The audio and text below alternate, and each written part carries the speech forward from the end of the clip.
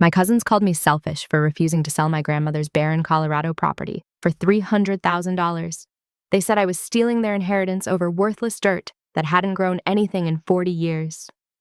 24 hours later, a development company walked into my lawyer's office with a $47 million offer, and suddenly every family member who'd called me greedy started hiring attorneys. But here's what nobody knew about that land. Not my cousins, not the developers, not even my grandmother before she died. What was buried 15 feet below that worthless dirt that made it worth more than 150 times what my family wanted to throw it away for? I'd love to know which corner of the globe you're watching from. And if this story speaks to you, make sure to subscribe. Tomorrow's video is one you absolutely can't miss. The call came on a Tuesday morning in March, 3 weeks after we buried Grandma Dorothy. I was at my desk in downtown Seattle, halfway through reviewing a construction contract, when my phone buzzed with a number I didn't recognize. Wyoming area code. I almost let it go to voicemail. Ms. Anderson, this is Robert Hutchins from Hutchins & Vale Law Firm in Casper. I'm handling your grandmother, Dorothy Anderson's estate. I set down my coffee. Yes, Mr. Hutchins, I've been expecting your call. I'll be direct with you. Your grandmother's will is straightforward, but there's one asset that's causing some complexity among your family members. She left you her property in Fremont County, 320 acres near the Wind River Range. I blinked. She left it to me, not divided among all the grandchildren. Correct. The will specifically names you as sole inheritor of the land. Everything else, her savings, personal belongings, her home in Casper, those are divided among all 7 grandchildren. But the Fremont County property goes to you alone. I pulled up Google Maps, typing in Fremont County, Wyoming. The satellite view showed endless stretches of brown and tan terrain, broken only by the occasional road cutting through emptiness. Why me? I asked. Hutchins paused. The will doesn't explain her reasoning. It simply states, to my granddaughter, Sophie Anderson, I leave my property at 4847 County Road 109, Fremont County, Wyoming, with the instruction that she keep it in the family and never sell without careful consideration. Never sell without careful consideration. Classic Grandma Dorothy, vague enough to mean everything and nothing. What's on the land? I asked. According to county records, there's an old ranch structure, mostly collapsed now, and the land itself. It's been unused for approximately 40 years. Your grandmother inherited it from her father in 1983, but never developed it. County assessor values it at roughly $290,000. $300,000 worth of empty Wyoming land. Nothing but split 7 ways among grandchildren. It barely moved the needle, still. It was mine alone, and that was going to be a problem. When can I see the full documentation? I'm emailing everything now, but Ms. Anderson, I should warn you, your cousins have already contacted me several times. They're concerned about the inheritance distribution. Concerned. That was lawyer speak for furious. Let me guess. They want me to sell it and split the money. That's been suggested, yes, multiple times, with increasing insistence. I thanked Hutchins and ended the call, staring at the satellite image of 320 acres of nothing. Grandma Dorothy had driven me out there exactly once, when I was 12. I remembered endless sky, wind that never stopped, and dirt that looked like it had given up on life decades ago. She'd walked me around the collapsed barn, pointing out boundaries I couldn't see, talking about her father and some story about water rights I'd been too young to follow. This land remembers things, she'd said, which made no sense to 12-year-old me. Now at 34, it still made no sense. My phone rang again. Caller ID showed Lauren Anderson, my cousin, 2 years older than me and the unofficial spokesperson for our generation of the Anderson family. Sophie, we need to talk about Grandma's land. No hello, no preamble, straight to business. Hi, Lauren, I just got off the phone with the lawyer. Good. Then you know the situation. Look, I don't want this to get ugly, but we all agree, all 6 of us, that the fair thing is to sell that property and split the proceeds 7 ways. Grandma was probably confused when she wrote that will. She was 91. She wrote the will 4 years ago. Her mind was sharp. Doesn't matter. It's not fair that you get $300,000 and we get, what, $40,000 each from her other assets? You can't seriously think you're entitled to keep it all. I swiveled my chair toward the window, watching rain streak down the glass. Seattle in March. Gray, wet, and complicated, like this conversation. Lauren, I haven't even seen the property documentation yet. Can we at least wait until... We've already got a buyer interested. Jim knows a developer who works in Wyoming. They're doing wind farms and solar projects out there. The guy said he'd pay $300,000 cash, close in 30 days. All you have to do is sign. My hand tightened on the phone. Jim lined up a buyer before I even inherited it? We're trying to make this easy for everyone. $300,000 divided 7 ways, that's almost $43,000 each. Clean, fair, everyone happy. Except I'd get $43,000 instead of $300,000. That was the part Lauren wasn't emphasizing. I need time to think about it. Think about what? It's dirt, Sophie. Worthless dirt that nobody's used in 40 years. What are you going to do, move to Wyoming and become a rancher? I don't know what I'm going to do, but Grandma left specific instructions about careful consideration before selling. Lauren's voice dropped, taking on that edge I'd heard 1,000 times growing up. The tone that meant I was being unreasonable, and everyone knew it. Careful consideration? She wrote that 25 years ago, when the land might have meant something. Nobody wants that property now. The assessor values it at barely $300,000. You're holding on to sentiment while the rest of us are trying to be practical.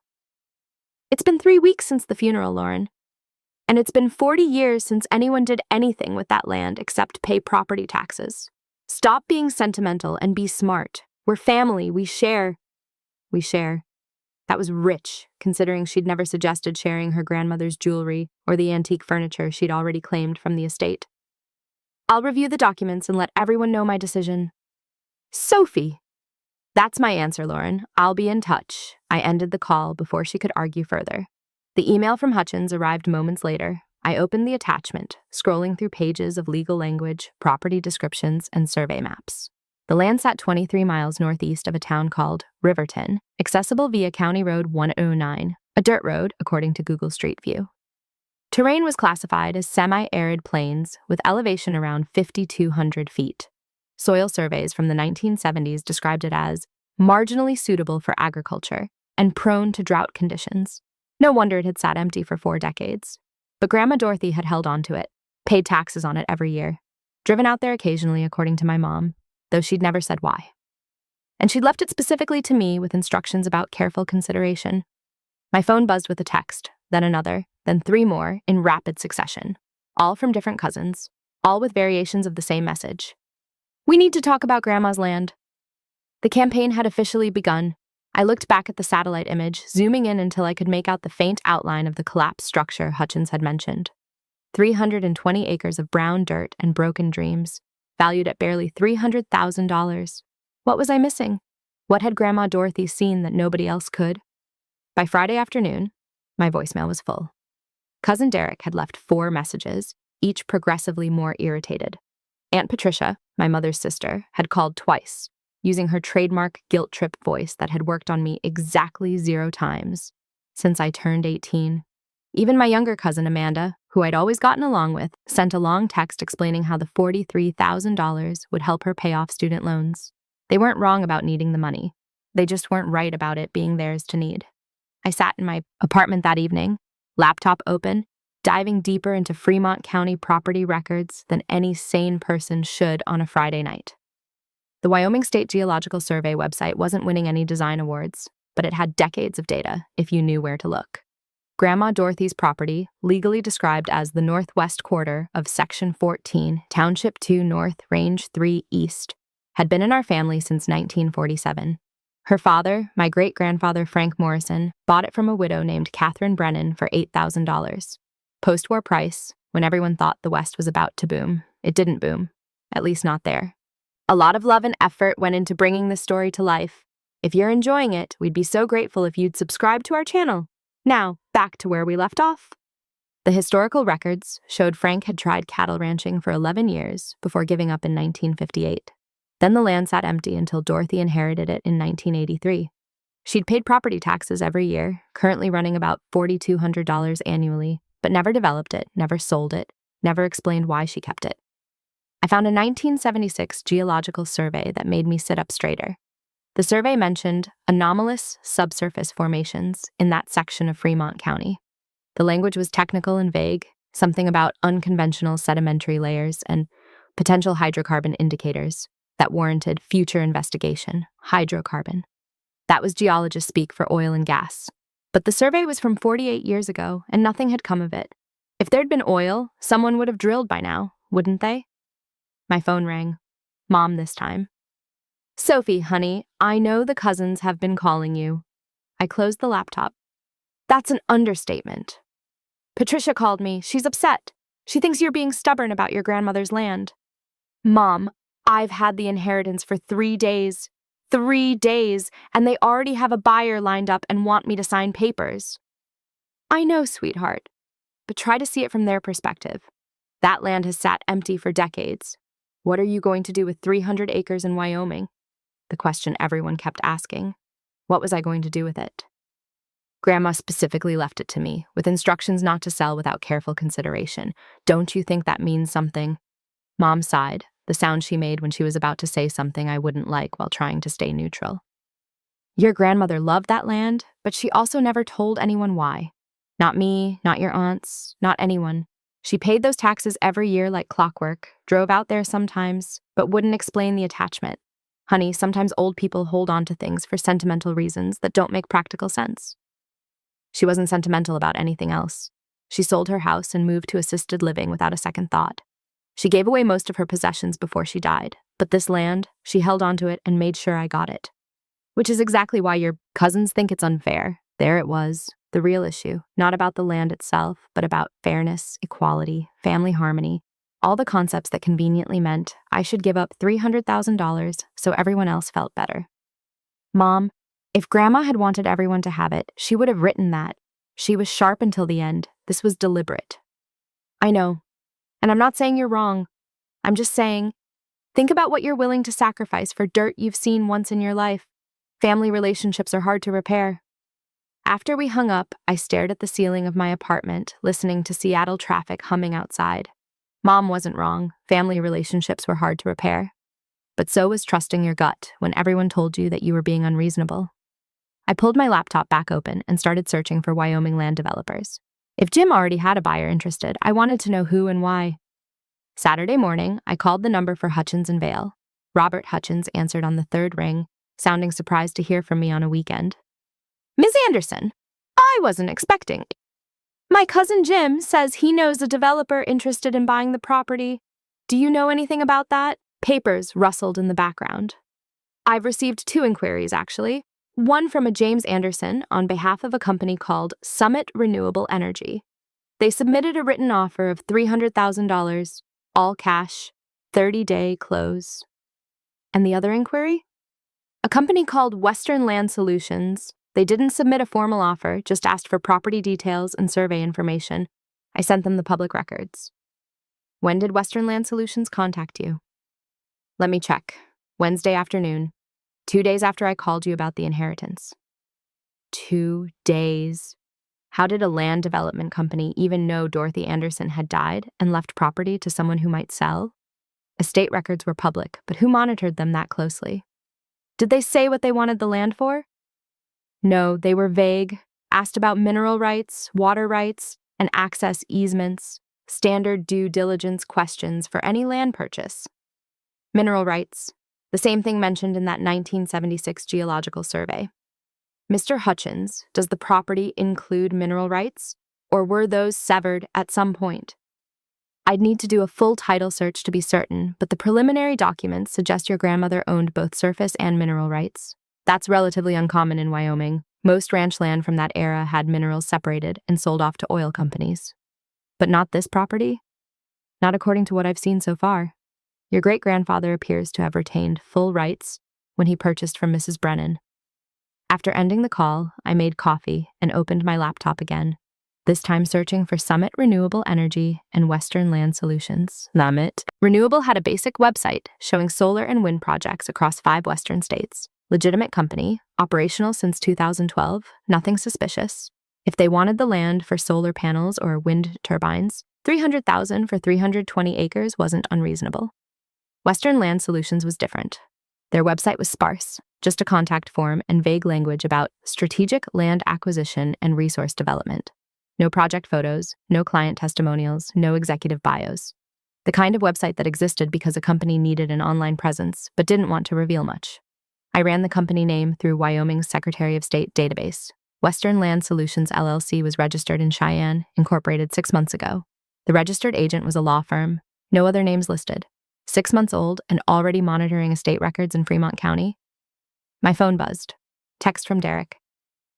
Family meeting tomorrow, 2 p.m. at Aunt Patricia's. Everyone's coming. You need to be there. Not, we'd like you to come. Not, can you make it? You need to be there. I texted back. I'm in Seattle. 3 dots appeared immediately. Zoom call then. This needs to be settled. Sunday at 2 p.m. Pacific time, I logged into Zoom and faced a screen divided into 6 boxes, each containing a cousin who looked varying degrees of annoyed. Lauren started before anyone else could speak. Okay, we're all here. Sophie, we need a decision. Jim's developer is ready to move forward, but they need an answer by Tuesday. Are you going to sign the sale agreement or not? I haven't made a decision yet. Derek leaned toward his camera. What's there to decide? It's empty land that nobody wants, except this one company willing to pay full assessed value. This isn't complicated. Actually, it is complicated. 2 development companies have contacted the estate lawyer, not just one. That got their attention. Jim frowned. What other company? Western Land Solutions. They asked about mineral rights and water rights. Why would a solar company care about mineral rights? Who said they're a solar company? Jim asked. You did. You said Summit Renewable Energy wants to build wind or solar projects. I said renewable energy. Could be anything. Wind, solar, whatever. Point is, they're offering $300,000 cash. Lauren cut in. Sophie, you're overthinking this. So what if another company asked questions? They didn't make an offer. Summit did. Take the money. Grandma's will says to not sell without careful consideration. I'm being careful. You're being paranoid, Derek said. Next you'll tell us you think there's oil under there or something. The comment hung in the air. I hadn't mentioned the geological survey to anyone. Why would you say oil? I asked carefully. Derek shrugged. Because that's always the fantasy, right? That worthless family property is secretly sitting on a fortune, but if there was oil, someone would have found it decades ago. Wyoming's been drilled to hell and back since the 1950s. There's nothing there. Then why are 2 companies interested in buying it right now? Because they're idiots, Amanda offered. Or because Jim's friend is doing him a favor and the other company is throwing darts at a map. Either way, we have a real offer on the table. $300,000. Take it. I looked at their faces on the screen, cousins I'd grown up with, played with, celebrated holidays with. All of them united in thinking I was being unreasonable, paranoid, and selfish. Maybe they were right. Maybe I was holding on to grandmother's mystery when the answer was simply that old people sometimes made weird choices about property. Maybe that geological survey had been wrong, or the formations hadn't meant anything, or 50 other companies had investigated and found nothing. But 2 companies were interested right now. And that 1976 survey had mentioned something worth investigating. And Grandma Dorothy, who wasn't sentimental about anything else in her life, had held on to this specific property for 42 years. I'm going to fly to Wyoming, I said. The screen erupted in simultaneous protests. You're what? That's ridiculous. Sophie, come on. I raised my voice over them. I'm going to see the property in person before making any decisions. That's careful consideration. That's what Grandma asked for. That's a waste of time and money, Lauren snapped. We've all seen the pictures. It's dirt and a collapsed barn. What are you going to learn by standing on it? I don't know. But I'm going to find out. Derek pointed at his camera. You're stalling. You know that, right? You're inventing reasons to delay because you want to keep all $300,000 for yourself instead of sharing it fairly. If that's what you think, then you don't know me very well. Then prove us wrong, Jim said. Go to Wyoming, look at the dirt, come back, and sign the papers. This ridiculous trip should convince you there's nothing there. Fine, I'll go next weekend. The offer expires Tuesday, Lauren said. Summit's deadline. Then tell Summit I need more time. If they're serious buyers, they'll wait a few extra days. And if they walk away from the deal? I met her eyes through the screen. Then we'll know they weren't that serious to begin with. After the call ended, I sat in the silence of my apartment, wondering if I'd just made the right decision or a colossal mistake. $300,000, split 7 ways or kept by me.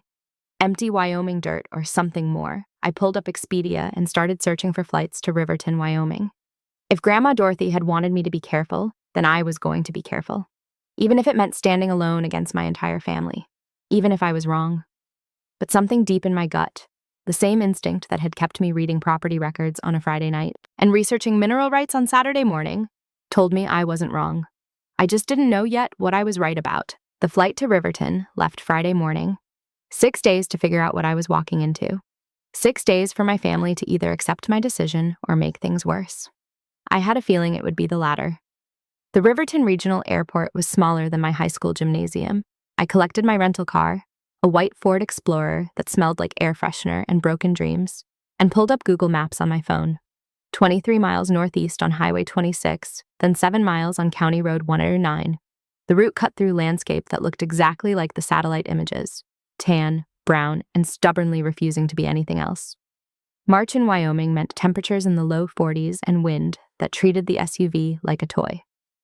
I gripped the steering wheel tighter as gusts shoved me toward the shoulder. The highway stretched ahead in a perfect line, mountains visible in the distance, but seeming to get no closer no matter how long I drove. I told exactly 2 people about this trip. My boss, who'd approved 3 days of personal leave, and Mr. Hutchins, who'd emailed me gate access codes and warned me that cell service was intermittent at best once I left town. My family didn't know I was here. If the trip turned out to be nothing, just empty land confirming what everyone already believed, I didn't need the "I told you so" conversation. And if it turned out to be something, I wanted to understand what before facing another firing squad Zoom call. County Road 109 appeared after 40 minutes of driving. The turnoff was marked by a faded green sign that looked like it predated Wyoming's statehood. The pavement ended immediately, replaced by packed dirt and gravel that sent vibrations through the steering wheel. 3 miles in, I passed the only sign of human habitation, a ranch house set back from the road, American flags snapping in the wind, several outbuildings that had seen better decades. A pickup truck sat in the driveway, rust-colored, but whether from age or Wyoming weather, I couldn't tell. 4 more miles of nothing. Just scrub brush, scattered rocks, and that relentless wind. Then I saw it, a metal gate across a dirt track leading west. A faded no trespassing sign hung from rusted chain and a newer lockbox secured the gate. The GPS confirmed I'd arrived. I parked, grabbed the access code from my phone, and fought the wind to the gate. The lockbox opened on the 3rd try, numbers stiff from disuse. The chain rattled as I unwound it, and the gate groaned as I pushed it open. A sound that suggested no one had been through here in months, maybe years. The track beyond was barely visible, 2 tire ruts separated by a strip of dead grass. I drove through, got out to close, and relocked the gate. Grandma Dorothy's voice in my head about always securing gates in ranch country, then continued down the track. 1/2 mile in, the collapsed barn appeared. It wasn't romantic cowboy ruins, just broken wood, corrugated metal peeling away, and 60 years of Wyoming weather having its way with human ambition. The structure leaned heavily to the east, one wall completely gone, the roof sagging into the void where hay and cattle and someone's hopes had once been. I parked near the barn and stepped out into wind that immediately tried to knock me sideways. This was it, 320 acres of Grandma Dorothy's mysterious inheritance. I walked past the barn, boots crunching on gravel and dried grass. The land rolled gently away in all directions, broken only by scattered outcroppings of rock and the occasional defiant juniper tree. The sky was massive, not Seattle's cramped view between buildings, but genuine horizon-to-horizon emptiness that made me feel simultaneously insignificant and exposed. Nothing out here suggested $47 million. Nothing suggested even the $300,000 Summit Renewable wanted to pay. I walked north, following what might have been a fence line decades ago. Wooden posts stood at irregular intervals, wire long since vanished or tangled in the brush. My phone had 2 bars of service, enough to load emails, but probably not enough for a call. What was I even looking for? Oil derricks didn't just hide in the sagebrush. If there were minerals worth extracting, there'd be infrastructure, drilling permits, something official. But the land was empty, silent except for wind. Unchanged, probably, from the day Frank Morrison bought it in 1947. I'd been walking for 20 minutes when I saw the survey markers. They were new, bright orange plastic caps on metal stakes driven into the ground. 3 of them formed a triangle, maybe 50 yards apart. I walked to the nearest one. The cap bore a stamped code, WLS F07, WLS Western Land Solutions. Someone from that company had been out here recently. Recently enough that the orange plastic still looked factory fresh. I photographed the marker, then walked to the other two. Same codes, different numbers, WLS F08 and WLS F09. Each stake driven deep, each placed with precision that suggested professional surveying equipment. Why was Western Land Solutions surveying land they didn't own? A vehicle engine cut through the wind. I turned to see a pickup truck, different from the one I'd passed earlier, coming down the access track. Dark blue, newer model, with an extended cab and a tool chest mounted in the bed. It stopped near my rental car, and a man climbed out. He was maybe 60, wearing a canvas jacket, jeans, and a baseball cap with a logo I didn't recognize. Not threatening, but not exactly friendly either as he walked toward me. "You're on private property," he called over the wind. "I'm aware. It's mine." That stopped him. He tilted his head, reassessing. "You're Sophie Anderson?" The fact that he knew my name sent ice down my spine. "Who are you?" "Name's Dale Pritchard. I ranch about 4 miles south of here. Knew your grandmother slightly, saw her out here a few times over the years." He glanced at the survey marker near my feet. "Found those, did you?" "You know what they're for?" "Might. Might not. Question is, do you know what you've got here?" "Apparently 320 acres that 2 different companies want to buy." Dale smiled, not unkindly, but like someone watching a chess player who hasn't seen the trap yet. "2 companies you know about." "There are more?" "I've seen 3 different survey crews out here in the last 8 months. Your grandmother was still alive for the first 2. She chased them off her property with language that'd make a roughneck blush." He shook his head, something like admiration in the gesture. "Dorothy Anderson was something else. 8 months. The surveying started while Grandma was still alive." "Why would companies survey land they don't own?" "Same reason coyotes circle a wounded deer. They're waiting for the right moment." Dale walked closer, lowering his voice even though we were the only people for miles. "You been to the county records office yet?" "No, I flew in this morning." "Might want to make that your next stop. Fremont County's been issuing exploratory drilling permits like candy at Halloween. Whole regions getting surveyed for unconventional gas deposits. Tight formations, deep shale, stuff that wasn't economic to extract 20 years ago, but is now with horizontal drilling and new extraction tech." My stomach tightened. "Natural gas?" "Among other things. There's a geological formation running through here called the Waltman Shale. Wasn't worth much until about 5 years ago when extraction technology improved. Now every energy company with a bank account sniffing around Fremont County trying to lock up mineral rights before prices go up. And my land sits on this formation? Your land might be one of the better positions on it, according to what I've heard. The formation's deeper than most, 1,500 to 2,000 feet down, but the preliminary seismic data suggested it's thicker and potentially more productive than surrounding areas." He paused. "Assuming the rumors are true, I'm a cattle rancher, not a geologist." 1,500 feet down. The Geological Survey from 1976 had mentioned subsurface formations worth investigating. 48 years later, someone was still investigating. "How do you know all this?" "Because 3 companies have approached me about buying or leasing my mineral rights in the past year. Offered me $200,000 for a lease agreement on property worth less than your grandmother's. I told them no, family land, staying family land. But I've got ears. And I've watched strangers in expensive trucks doing surveys all over this county." The wind gusted harder, and I turned my back to it, trying to process what Dale was telling me. If he'd been offered $200,000 for a lease and his property was less valuable than mine. What's a lease worth compared to full ownership? Depends on the terms, but generally a lease might get you 10 to 20% of what the resources are worth. Selling the mineral rights outright could get you the full value, but then you lose control forever. Dale pulled his cap down tighter against the wind. "Your grandmother owned both surface and mineral rights, which is rare. Most ranchers sold off minerals decades ago when oil prices were high, and no one understood what else might be down there. Dorothy never sold, which means whoever buys this land doesn't just get dirt, they get everything underneath it." Everything underneath it? $47 million worth of everything. "Dale, do you know anything about a company called Western Land Solutions?" His expression darkened. "Those are the ones you want to watch.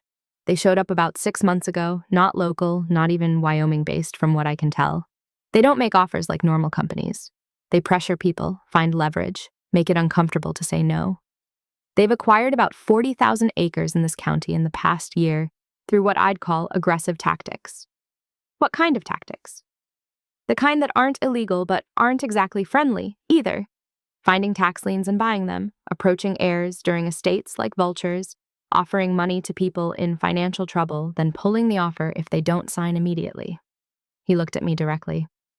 They found out Dorothy passed away within days. I'd bet money they're the ones who put those survey markers on your land without permission. Can they do that? Technically, no. Realistically, who's going to stop them? By the time you notice and complain, they've got the data they need. Dale pulled a business card from his jacket pocket and handed it to me. That's my number. Cell service out here's spotty, but leave a message and I'll get back to you. If anyone starts pressuring you or showing up uninvited, call the sheriff. Wyoming takes property rights seriously, but you have to be willing to enforce them. I took the card, my mind racing through implications. Survey markers, drilling permits, aggressive land acquisition, energy companies circling like Dale's coyotes. My family wants me to sell to Summit Renewable Energy for $300,000. Dale let out a low whistle. Summit's legitimate, but they're not stupid. They know what's under here. They're hoping you don't. $300,000's about what the surface land is worth for solar panels or wind turbines. But the mineral rights? He shook his head. Sophie, I don't know the exact numbers, but if companies are surveying this aggressively and offering my inferior land $200,000 for a lease, your mineral rights alone could be worth tens of millions to the right buyer, maybe more. Tens of millions. My family wanted $43,000 each. The developers knew about millions, and nobody had told me. Why didn't anyone explain this to my grandmother? Who says they didn't? Dorothy Anderson was sharp as a tack. She knew something was valuable here. She just didn't know what exactly or how much. But she knew enough to hold on to it and make sure it went to someone who'd be careful about what happened next. He gestured toward the survey markers. She left it to you for a reason. My advice? Find out exactly what that reason was before you sign anything. A text message notification buzzed on my phone. One bar of service catching a message that had been waiting. I glanced at the screen. Jim. Summit's withdrawing their offer Monday morning if you don't sign by then. Last chance. I looked back up at Dale. They're pressuring me to decide immediately. Of course they are. The longer you wait, the more likely you are to figure out what you actually have. Time's the enemy of anyone trying to get you to undersell. He turned back toward his truck, then paused. One more thing. That lawyer handling your grandmother's estate, Hutchins, he's solid, but make sure you get an independent mineral rights appraisal before you make any decisions. Not from a company that wants to buy from you, from someone with no stake in the outcome. Where do I find someone like that? There's a geologist in Casper named Dr. Sarah Chen who does independent assessments. Costs about $5,000, but that's cheap insurance against making $1 million mistake. He smiled grimly. Or in your case, maybe a $47 million mistake. After Dale left, I stood alone in the wind, looking at 320 acres that suddenly felt like standing on a sleeping giant. Grandma Dorothy had known. Maybe not the exact value, maybe not all the details, but she'd known something was here, something worth protecting, worth making sure it went to someone who wouldn't just sign it away without understanding what they were giving up. I walked back to the collapsed barn, pulled out my phone, and took photos of everything, the survey markers, the landscape, the GPS coordinates. Then I drafted an email to Mr. Hutchins asking for Dr. Sarah Chen's contact information and requesting a complete title search confirming mineral rights ownership. Another text came through from Lauren. Jim says you're still stalling. This is getting ridiculous. I typed back. Tell Jim I'll have an answer Monday afternoon. Not morning, afternoon. The response was immediate. Summit won't wait. Then Summit can find another property. I'm being careful, like Grandma asked. I hit send, turned off my phone, and stood in the Wyoming wind, surrounded by land that looked worthless and might be anything but. $47 million. Someone knew something the rest of us didn't. And I was going to find out what. Before Monday morning, before Summit withdrew their lowball offer, before my family pressured me into the biggest financial mistake of my life. Grandma Dorothy hadn't held on to this land for 40 years just to have me throw it away in 3 weeks. Whatever secrets were buried 1,500 feet below this dirt, they were about to come up into the light. I spent Saturday night in a motel outside Riverton, eating gas station sandwiches and reading everything I could find online about the Waltman Shale Formation and Wyoming mineral rights law. The reading wasn't encouraging for anyone hoping to stay naive. Wyoming operated under a split estate system where surface rights and mineral rights could be owned separately. When they split, mineral rights took priority, meaning someone could own the surface of land but have zero control over what happened beneath it if someone else owned the minerals. Drilling companies could access their minerals, even if it meant disturbing the surface owner's property. But Grandma Dorothy had kept them together. Whoever owned her land owned everything, top to bottom. That made the property exponentially more valuable and explained why companies were circling so aggressively. At 7 a.m. Sunday morning, I was in my rental car heading southwest toward Casper. Mr. Hutchins had emailed Dr. Sarah Chen's contact information Saturday evening with a note. Dr. Chen expects your call. She's worked with our firm before and is highly reputable. Casper was a 90-minute drive through landscape that gradually shifted from flat plains to rolling hills. The city appeared suddenly, Wyoming's second largest, though that was relative, clustered along the North Platte River with the Casper Mountain rising behind it. I'd scheduled a 9 a.m. phone call with Dr. Chen, followed by a 10:30 meeting with Hutchins at his office. The county clerk's office opened at 11. I had exactly 1 day to learn everything I could before Summit Renewable's Monday morning deadline. Not that I intended to meet it, but my family didn't know that yet. Dr. Sarah Chen answered on the first ring, her voice crisp and professional. Ms. Anderson, Robert Hutchins sent me your property coordinates and the preliminary geological survey from 1976. I've spent the past 12 hours reviewing everything publicly available about your land. That was fast. When Robert calls me on a Saturday night saying someone needs an urgent assessment on potentially valuable mineral rights, I pay attention. He doesn't exaggerate. Papers rustled in the background. What I'm seeing is fascinating.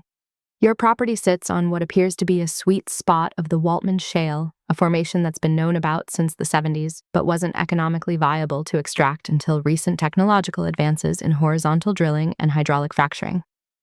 Dale Pritchard mentioned that formation. He said it's 1,500 feet deep. On your property, it's between 1,400 and 1,800 feet, which is actually ideal. Deep enough to have good pressure and minimal surface disruption, shallow enough to be cost-effective to reach. But here's what makes your land particularly interesting. The seismic data I'm seeing suggests the shale layer is unusually thick beneath your property, possibly 30 to 40 feet compared to the regional average of 15 to 20 feet. My hand tightened on the steering wheel. What does that mean in practical terms? It means significantly more extractable resources per well. A company drilling on your land could potentially extract twice as much natural gas as they would from surrounding properties. Combined with the fact that you own both surface and mineral rights, which means they don't need to negotiate separate access deals, your land is essentially a developer's ideal target. How much is it worth? That's why I need to visit the site personally and run my own assessments. But based purely on comparable sales and lease agreements in the region, along with current natural gas futures prices, she paused. Ms. Anderson, if the formation beneath your land is as productive as the preliminary data suggests, the mineral rights alone could be worth anywhere from $30 to $60 million, possibly more if natural gas prices increase or if secondary resources like oil or helium are also present. $60 million. I pulled into a parking lot and stopped the car, needing to focus entirely on the conversation. Dr. Chen, 3 companies have surveyed my land in the past 8 months without permission. One of them, Western Land Solutions, left survey markers while I was standing there yesterday. Is that legal? Technically, no. Realistically, it happens all the time. Companies do what they call preliminary reconnaissance and hope you don't notice or don't care enough to pursue trespassing charges. The fact that 3 separate companies have done this tells me they all have access to the same seismic data and they all know your property is valuable. Her voice hardened slightly. It also tells me they're hoping you don't know what you have. My family's been pressuring me to sell to a company called Summit Renewable Energy for $300,000. Summit's a legitimate renewable energy developer, but they're not idiots. They know about the Waltman Shale. Every energy company operating in Wyoming knows about it. Offering you $300,000 for land, potentially worth $60 million in mineral rights alone is... She paused, choosing her words carefully. Let's call it an extremely aggressive negotiating position. They're demanding I sign by Monday morning or they withdraw the offer. Classic pressure tactic. Create artificial urgency so you don't have time to get proper assessments or independent legal advice. Ms. Anderson, do not sign anything until I've completed a full analysis. I can have preliminary results by Tuesday evening and a complete report by Friday. What do you need from me? Written authorization to access the property and conduct geological testing. Robert can draft that. Also, a retainer of $5,000, though my full fee might reach $8,000 to $10,000 depending on how extensive the assessment needs to be. $10,000 felt like a lot until I considered the alternative. Signing away potentially $60 million because I was too cheap to spend $10,000 on due diligence. I'll have Mr. Hutchins send the authorization this morning. When can you start? I'm clearing my schedule. I'll be on your property Tuesday morning with my equipment. After ending the call, I sat in the parking lot, watching Casper residents go about their Sunday morning routines. Grocery shopping, church visits, normal life, things that didn't involve discovering your inheritance might be worth $60 million. My phone buzzed. Text from Derek. Summit sent official notice. Offer withdraws 9 a.m. tomorrow. You're running out of time. I texted back. Good. Let it withdraw. 3 dots appeared, disappeared, appeared again. Then, are you insane? No, I'm being careful, like Grandma asked. You're being selfish. We're getting lawyers involved. For what? The land is mine. The will is clear. To force a sale and fair distribution of assets. You can't keep $300K while we each get $40K. That's not how family works. I stared at the message, anger building in my chest. They had no idea what they were trying to force me to sell. No idea that their fair distribution meant giving away tens of millions of dollars for pennies. And I couldn't tell them yet, not until I had Dr. Chen's official assessment. Because if I told them the land might be worth $60 million, they wouldn't suddenly become supportive. They'd become even more aggressive about forcing a sale so they could get their share. I didn't respond to Derek. Instead, I drove to Hutchins and Vale. Robert Hutchins's office occupied the 3rd floor of a modest building downtown with windows overlooking the North Platte River. He greeted me in the reception area, a tall man in his early 60s with gray hair and the kind of weathered face that suggested he'd spent time outdoors before becoming a lawyer. Ms. Anderson, I'm glad you decided to visit in person. We settled into his office and I outlined everything I'd learned. Dale Pritchard's information, the survey markers, Dr. Chen's preliminary assessment, the pressure from Summit and my family. Hutchins listened without interrupting, taking notes on a legal pad.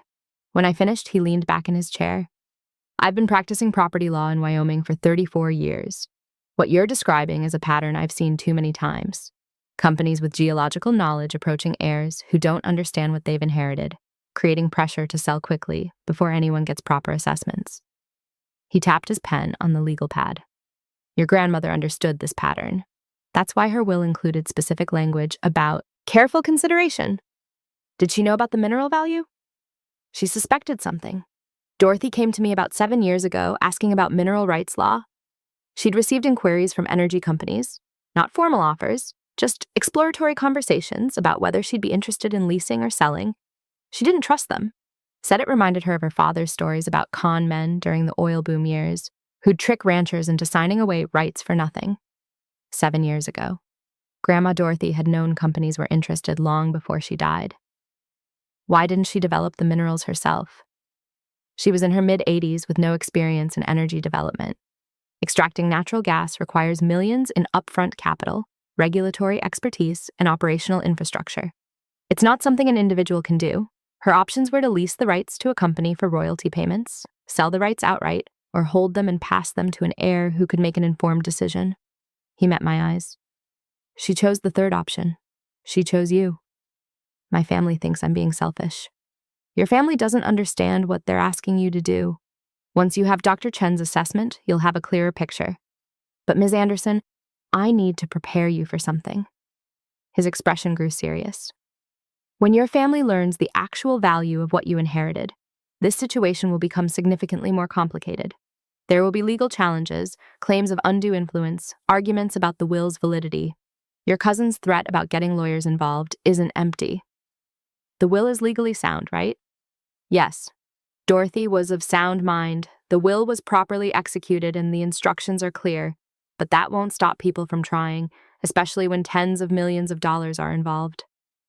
What should I do? First, let Dr. Chen complete her assessment. Second, do not engage with any company trying to purchase or lease the property until you have independent legal counsel specializing in mineral rights, which I can help you find. Third, document everything. Surveys without permission, pressure tactics, any communication from companies or family members. Wyoming courts take property rights seriously, but you need to build a clear record. He pulled out a form and slid it across the desk. This authorizes Dr. Chen to access the property for geological assessment. Sign it, and I'll file it with the county today, so there's an official record of your due diligence. I signed the form, my signature feeling heavier than usual. One more thing, Hutchins said. Western Land Solutions, the company that left those survey markers. They've been on my radar.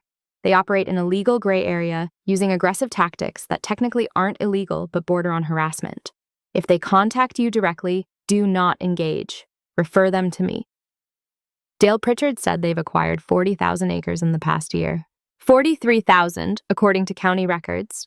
Most of it purchased from estates or financially distressed sellers who didn't understand the value of their mineral rights. They're backed by a private equity firm out of Houston with deep pockets and shallow ethics. He handed me a business card. This is my direct cell number. If anyone from Western Land Solutions shows up at the property or contacts you, call me immediately. The Fremont County Clerk's office was a short walk from Hutchins' building. The records department occupied a basement room that smelled like old paper and photocopy toner. A clerk named Margaret, 50s, reading glasses on a chain, cardigan despite the overheated room, looked up when I approached the counter. Help you find something? I need to see all drilling permits and mineral rights activity for Section 14, Township 2 North, Range 3 East. Margaret's eyebrows rose slightly. That's Dorothy Anderson's old property. You family? Granddaughter, I inherited it. Something shifted in her expression. Not quite sympathy, not quite warning. Give me a few minutes. She returned with 3 file boxes and a printout of digital records. This goes back 10 years. Anything older is in the archives, but you probably don't need it. The activity really picks up about 5 years ago. I spent the next hour going through documents that told a story my family didn't know. 19 applications for seismic surveying permits within a 3-mile radius of Grandma Dorothy's property in the past 5 years. 7 formal drilling permit applications for adjacent parcels. 2 approved, 3 pending, 2 denied due to environmental concerns.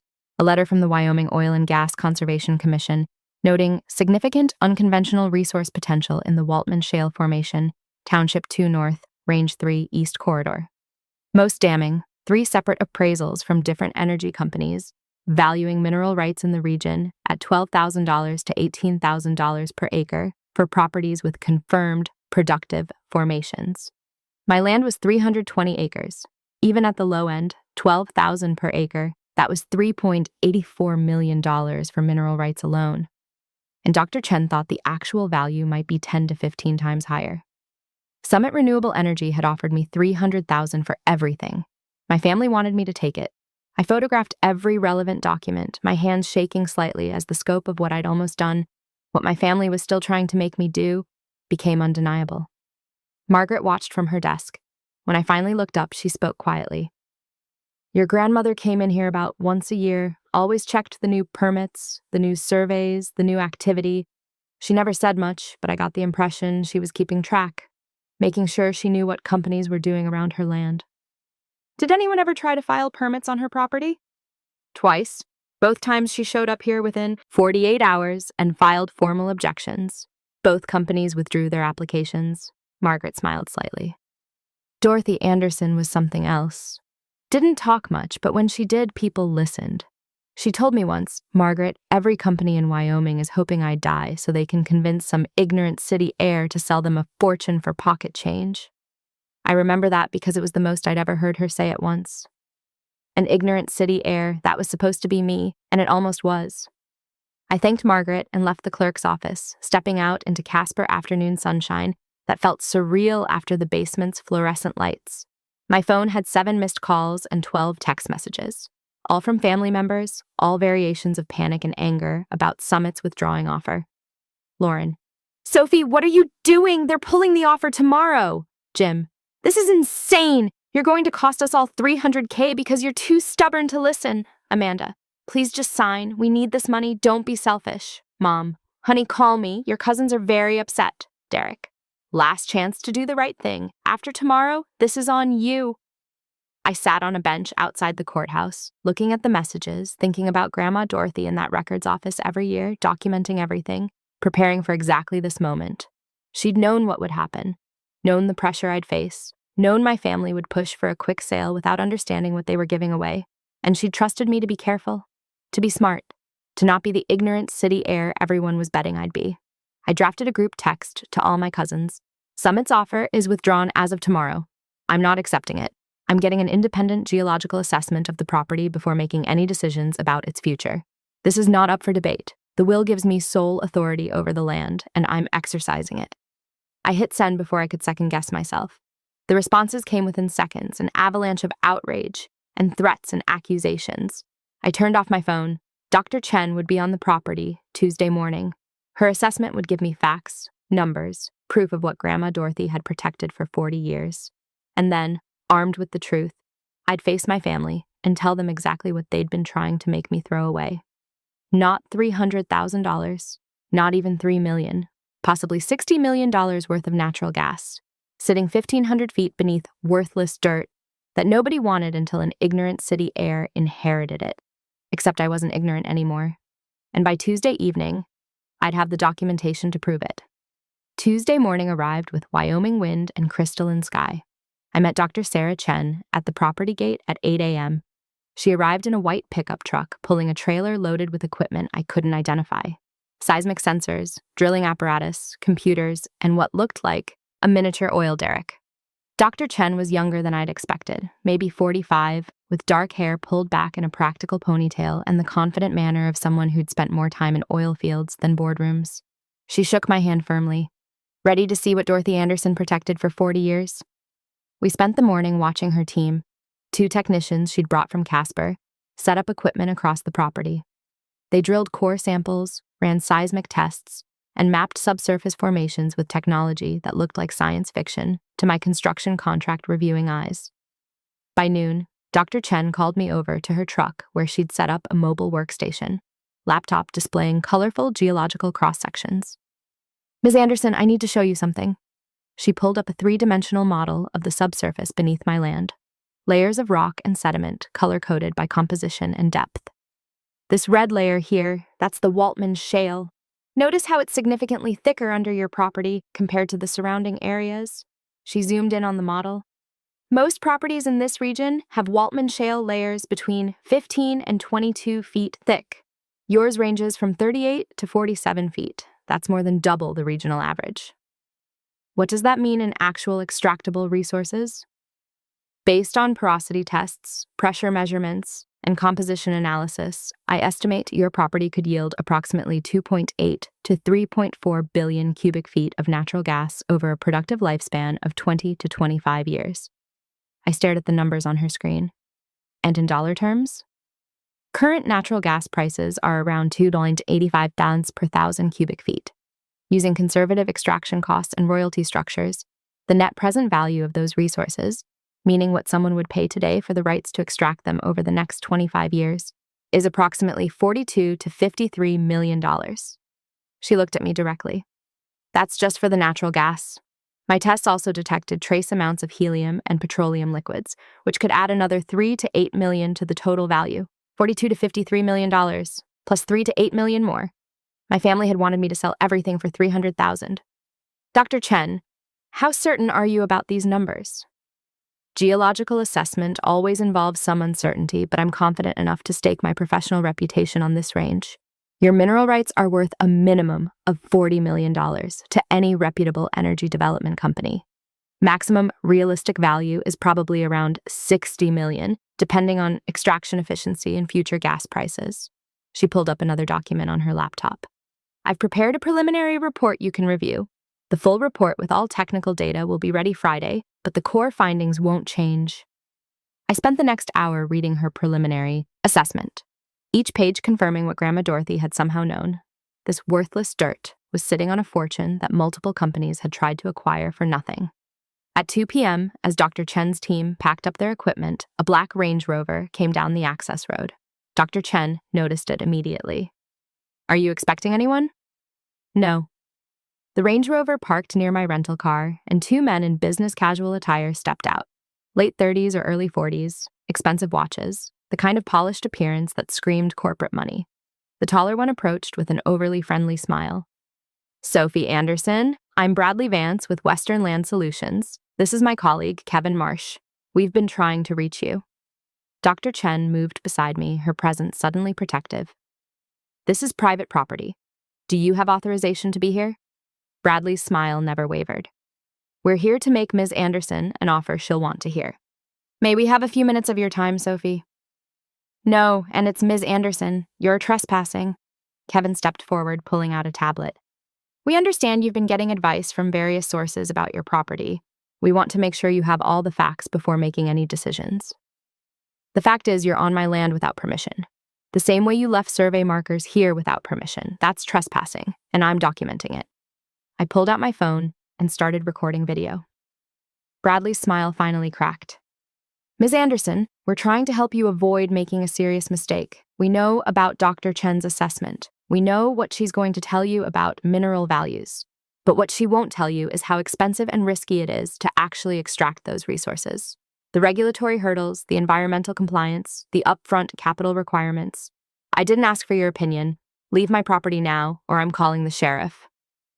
"We're prepared to offer you $47 million, Kevin said flatly. "Cash, 30-day close. That's well above any reasonable market value, and it eliminates all risk for you."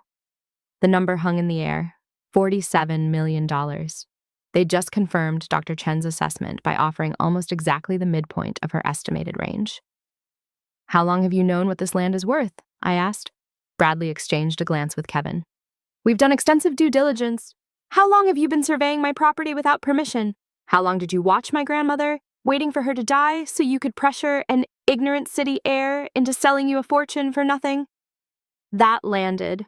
Bradley's corporate veneer slipped, revealing something harder underneath.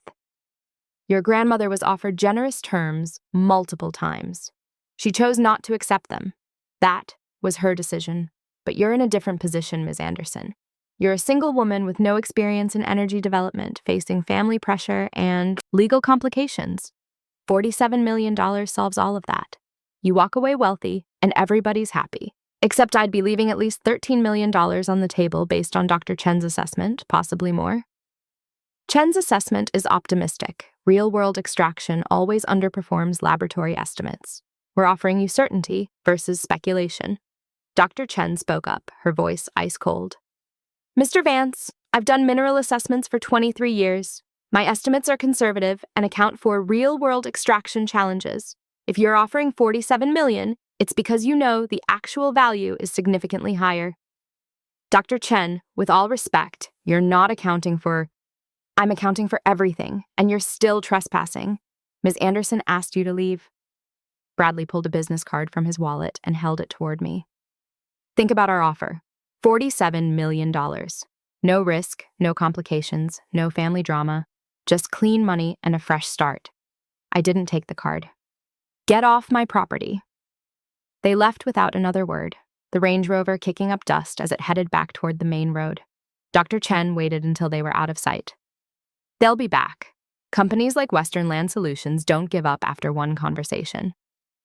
"Let them try. I'm not selling." She smiled, the first genuine smile I'd seen from her.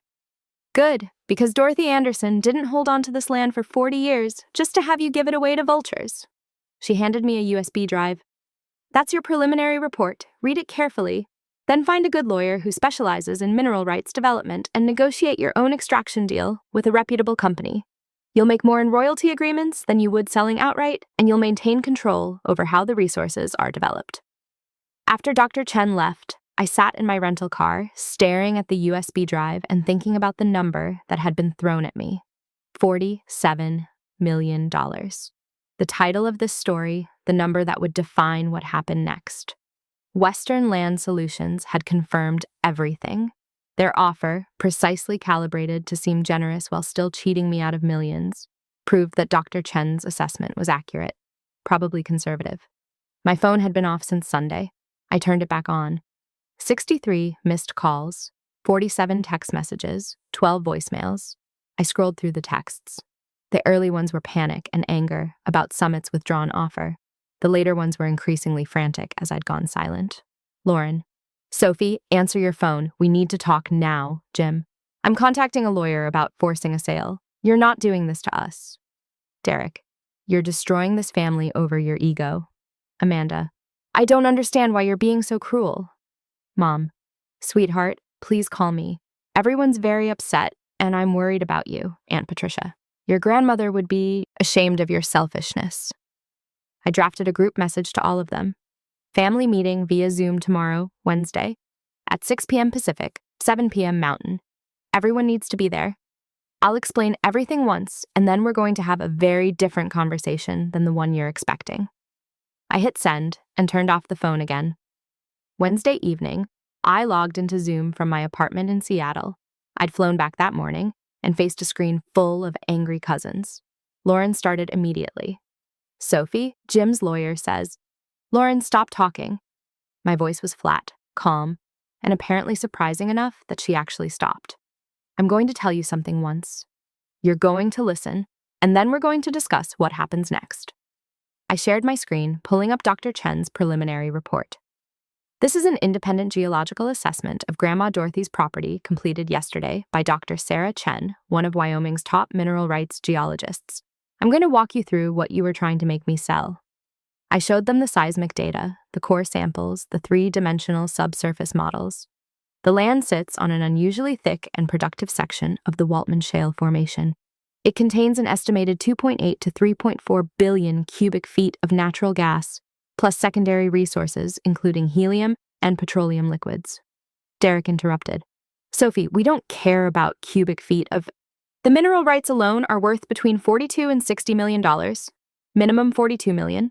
Maximum, around $60 million. Conservative estimate, $50 million. Silence. Complete, absolute silence. I continued. Summit Renewable Energy offered us $300,000 for land worth $50 million. You wanted me to accept that offer immediately.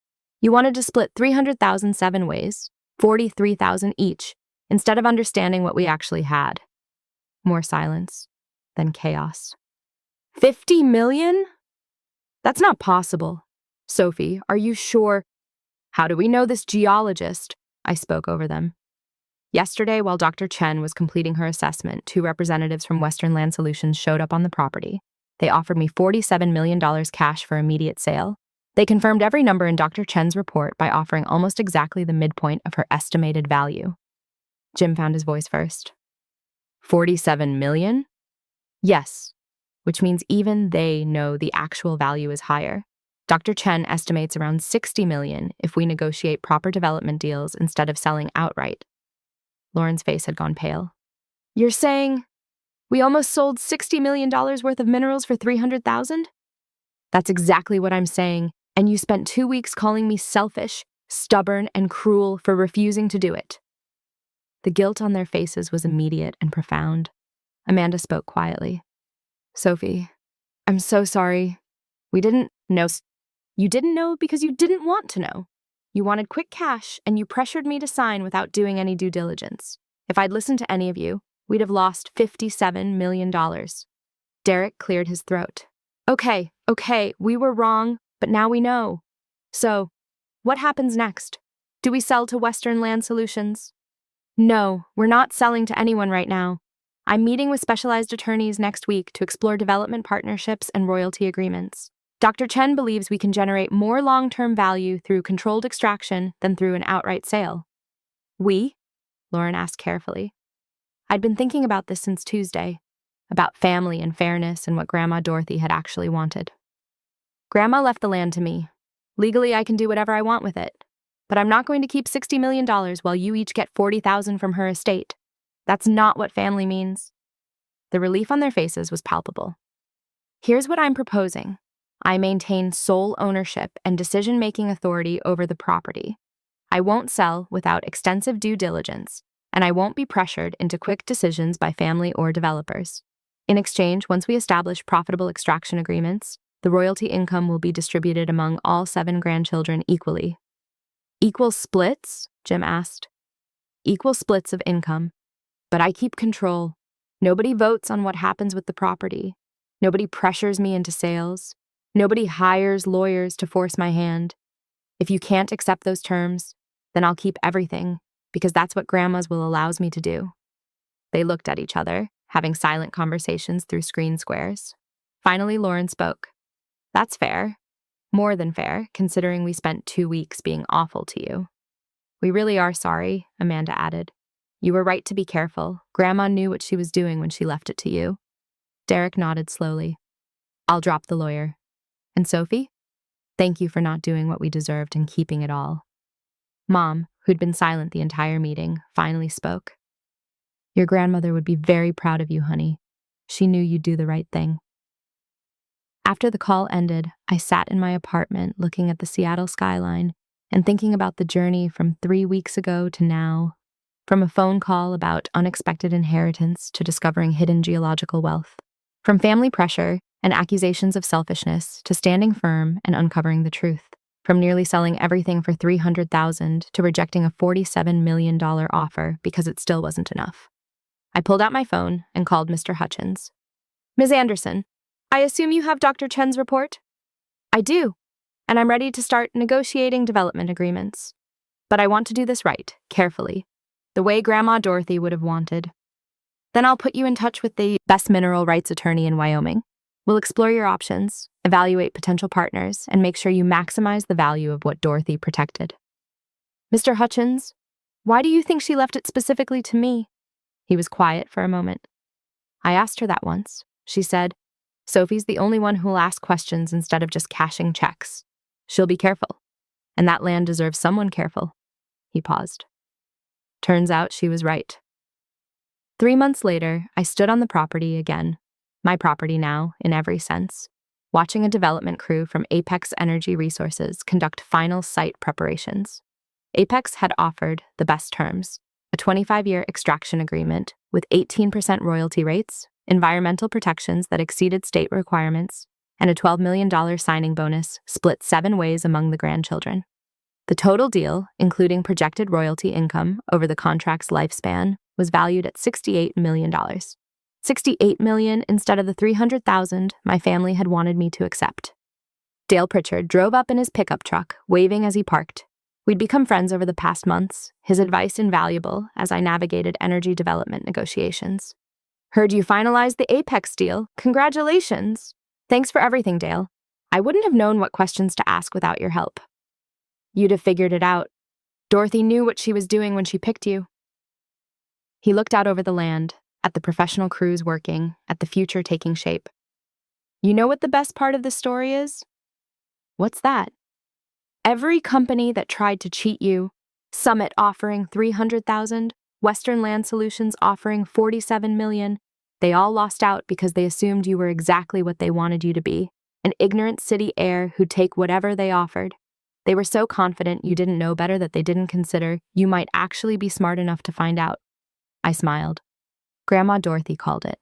Margaret at the county clerk's office told me she'd said companies were waiting for an ignorant city heir to sell them a fortune for pocket change. But you weren't ignorant. You were careful. Exactly what Dorothy asked for. We stood in the Wyoming wind, watching the land that had looked worthless transform into something that would generate wealth for my family for the next quarter century. Not because I'd gotten lucky, because I'd refused to be rushed, because I'd asked questions instead of accepting easy answers, because when everyone told me I was wrong, I'd trusted my instincts and done the work to find out what was actually true. My phone buzzed. Text from Lauren. "Sophie, I'm looking at my bank account. The signing bonus just cleared. I don't even know what to say except thank you for everything." Similar messages came from Jim, Derek, Amanda, and my other cousins, all of them grateful, all of them acknowledging that my refusal to be pressured had saved us from making the worst financial mistake of our lives. I texted back to the group, "Grandma Dorothy did this. She held on for 40 years and gave us the chance to do it right. I just didn't screw it up." Lauren replied, "You did more than not screw it up. You turned family greed into family wealth. That's not nothing." I pocketed my phone and looked at Dale. "Want to know the strangest part of all this?" "What's that?" "I almost signed Summit's offer. That first week when everyone was pressuring me, I got within about 2 hours of calling Mr. Hutchins and telling him to draw up the sale papers. I was so close to just giving up and making everyone happy. What stopped you? I remembered being 12 years old, standing on this land with Grandma Dorothy. She'd said something I didn't understand at the time. This land remembers things. I thought she meant history, stories, the past. But I think she meant the future. She knew something valuable was here, even if she couldn't prove it, and she trusted me to remember that moment and be careful enough to find out what. Dale nodded slowly. Dorothy Anderson protected this land for 4 decades. You protected it for 4 weeks while everyone told you that you were wrong. That took courage. It took stubbornness. Sometimes those are the same thing. I laughed, and the sound carried across 320 acres that had looked worthless and turned out to be worth everything. Behind me, the Apex Energy crews continued their work, preparing to extract wealth that had been sleeping 1,500 feet below the surface for millions of years. Ahead of me, my family had been saved from their own short-sightedness and greed by a grandmother who'd known exactly what would happen and had chosen the one person she thought could handle it. And somewhere, in whatever comes after, I hoped Grandma Dorothy was smiling. Because I'd done exactly what she'd asked. I'd been careful. And that carefulness had turned $300,000 of family pressure into $68 million of family fortune. Not bad for worthless dirt that nobody wanted. Not bad at all. Looking for more? We've got 2 amazing stories ready for you right on screen. If this one touched you, these are absolutely worth your time. Click to watch them now. And hey, subscribe and hit that bell to never miss our latest uploads.